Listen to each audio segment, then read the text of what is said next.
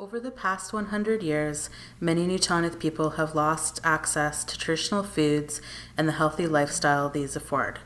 Whereas in the past, all social and traditional activities centered on food, the current situation leads towards individual isolation and a diet that promotes acute and chronic disease.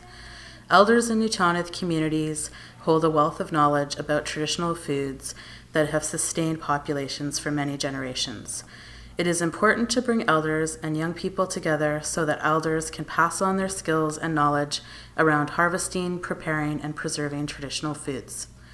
Uathlek created a community feasting project to connect youth with their elders and their traditional territories to learn about their traditional foods and culture.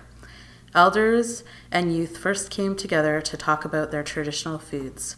Then elders and other knowledgeable adults took youth out to their traditional territories to learn traditional harvesting areas and techniques.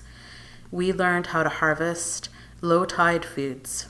We also went out on a boat with Elder Murray John to learn how to set a hemlock tree to harvest quackmas or herring roe.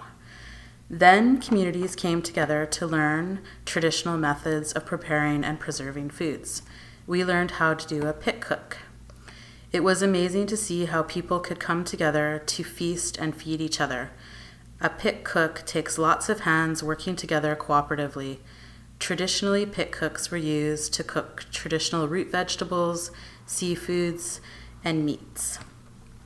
We also learned how to cut salmon and cook traditional barbecue salmon on klapchas.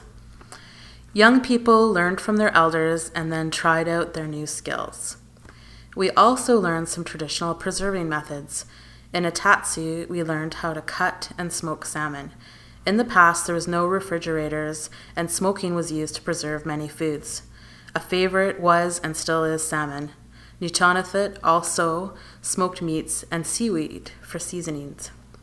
A more recent form of food preparation is canning. Canning has now become a tradition for most families. Youth learned from elders how to can hummus, jam, and fish.